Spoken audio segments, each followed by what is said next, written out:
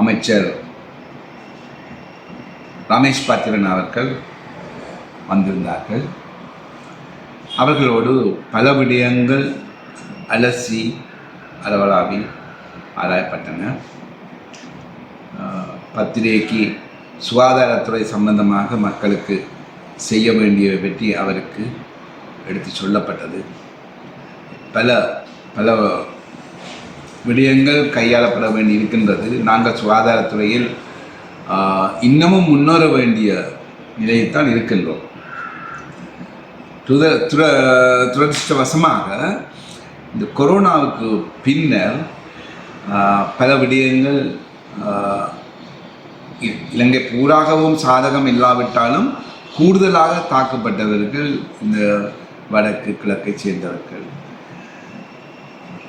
தற்போது பொருளாதார நிலைமை கருத்தில் கொண்டு இங்கு வைத்தியர்கள் பற்றாக்குறை நிறைய நிலவுகின்றது. அதை பற்றி கேட்டபோது அவர் சொன்னார், 1300 டாக்டர்கள் நாட்டை விட்டு வெளியேறிவிட்டார்கள், 500 தாதி நர்சஸ் வெளியேறிவிட்டார்கள். இருந்தாலும் அந்த வரப்போகின்ற புதிய டாக்டர்கள் 3000 பேருக்கு கிட்ட இப்போது பாஸ் அவுட் பண்ணி வரப்போகின்றார்கள். அவர்கள் வந்தால் தாங்கள் ஓரளவுக்கு சமாளிக்கலாம் என்ற மாதிரி சொல்லியிருந்தார். ஆனால் கன்சல்டன்ட் வரும்போது, ஆலோசகர்கள் வரும்போது அதில் சில விடயங்களை தாங்கள் கையாள வேண்டியிருக்கின்றது என்பதை மறைமுகமாக சுட்டி காட்டினார். உண்மையில் நாட்டை விட்டு வெளியேறியவர்கள் எல்லோரும் அநேகமாக நிபுணர்கள் தான். அவர் நிபுணர்கள் வெளியேறினால் நிச்சயமாக மக்களை எங்களுடைய வைத்தியசாலை தாக்கப்படும். அவர்கள் இல்லாவிட்டால் கூடுதலான மக்கள் வரும்போது அதை கையாளுவது மிக மிக கஷ்டமாகத்தான் இருக்கும்.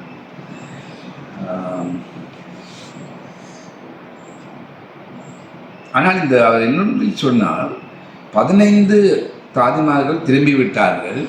அநேகமாக காலப்போக்கில் பொருளாதார நிலைமை சரி வரும்போது இவர்கள் எல்லோரும் திரும்பி வருவார்கள் என தான் எதிர்பார்ப்பதாக அதை ஒன்று குறிப்பிட்டிருந்தார். அடுத்ததாக இந்த மருந்து 2 வகை. ஒன்று தராதரம் குறைந்தது, தராதரம் கூடியது. வேறு விலை வித்தியாசம் இல்லாமல் போகின்றது. எனவே தாங்கள் அதற்கு ஒரு கட்டுப்பாடு விதிப்பதற்கு தற்போது அதை பற்றி ஆராய்ந்து கொண்டிருக்கின்றார்களாம். மருந்து உண்மையில் இப்போது அரசாங்க ஆஸ்பத்திரியில் இருக்க வேண்டிய மருந்து கிட்டத்தட்ட 850 வகையானது. ஆனால் அதில் 40 மருந்துகள் தான் தட்டுப்பாடாக இருக்கின்றது. அவர் சொல்லும்போது சொன்னார், ஆனால் அதை மிகைப்படுத்தி ஊடகவியலாளர்கள் தான் மிகைப்படுத்தி கொண்டு போகின்றார்கள் என்று மட்டுமில்லாமல் அதையும் சொன்னார். எனவே அந்த 40 வகையான அதை கூட தாங்கள் நிவர்த்தி பண்ணுவதற்கு பல நடவடிக்கைகள் எடுத்துக்கொண்டிருக்கின்றோம் என்று சொன்னார். அடுத்ததாக அவருடைய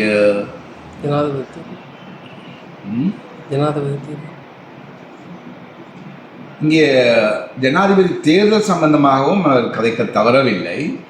இதில்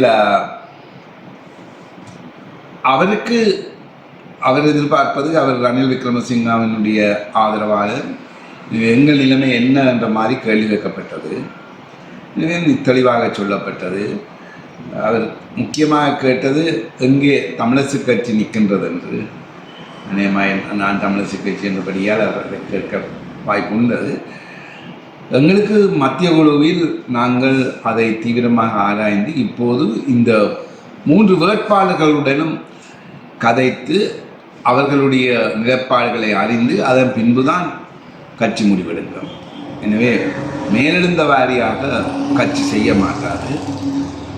ஏதாவது உத்தரவாதங்களை அடிப்படையாக வைத்து கொண்டு தான் கட்சி செய்வதற்கு முன்னையும். எனவே இது மத்திய குழுவில் தான் தீர்மானிக்கப்பட வேண்டிய விடயம் என்று நான் அவருக்கு சொல்லியிருந்தேன். தேர்தல் எப்போது நடக்கும் என்று தெரிவித்தது. தேர்தல்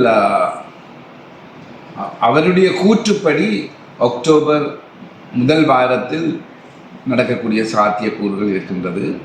அதில் நிச்சயமாக ரணில் விக்ரமசிங்கவும் அவர் ஒரு வேட்பாளர் தான் இருப்பார் என்றும் அவர் சொல்லியிருந்தார். எனவே நாங்கள் பொறுத்திருந்து பார்க்க வேண்டும். இங்கு தேர்தலுக்குரிய பிரச்சாரங்கள் விரைவில் தேர்தல் அறிவிக்கப்படும் என்றும் சொன்னார், அதையும் சொல்லியிருந்தார். எனவே பின்னர் அநேகமாக இனிமேல் காலங்களில் இந்த பிரச்சாரங்களுக்காக அதிகமான அமைச்சர்களும் வேட்பாளர்களுடைய ஆதரவாளர்கள் எல்லாம் வடக்கு கிழக்கை நோக்கி வரக்கூடிய ஒரு சந்தர்ப்பங்கள் இருக்கின்றதை காணக்கூடியதாக இருக்கின்றது.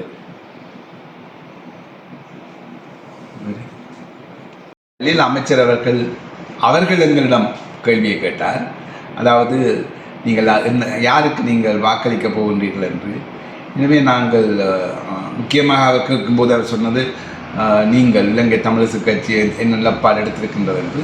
அதற்கு நான் தெளிவான பதிலை கொடுத்திருந்தேன். எங்களுடைய மத்திய குழு கூட்டத்தில் தீர்மானிக்கப்பட்டதாக 3 வேட்பாளர்களையும் நாங்கள் சந்திக்க வேண்டும். சந்தித்து அவர்களுடன் கலந்து ஆலோசித்து இவருடைய உத்தரவாதங்கள் எங்களுடைய அதிகாரப்பரவு சம்பந்தமாகவும் மற்ற தமிழர்களுடைய எல்லா விதமான பிரச்சனைகளையும் அவர்கள் எப்படி கையாளப் போகின்றார்கள் என்பதை பொறுத்திருக்கின்றது. அவர்களுக்கு நாங்கள் எங்களுடைய ஆதரவை கொடுப்பதற்கென்று அவருக்கு நான் சொல்லியிருந்தேன். அப்போது அவர் சொல்லியிருந்தார், அவர் மேலும் சொல்லியிருந்தார், விரைவில் நிச்சயம் ஜனாதிபதி தேர்தலால் முதலில் வரப்போகின்றது.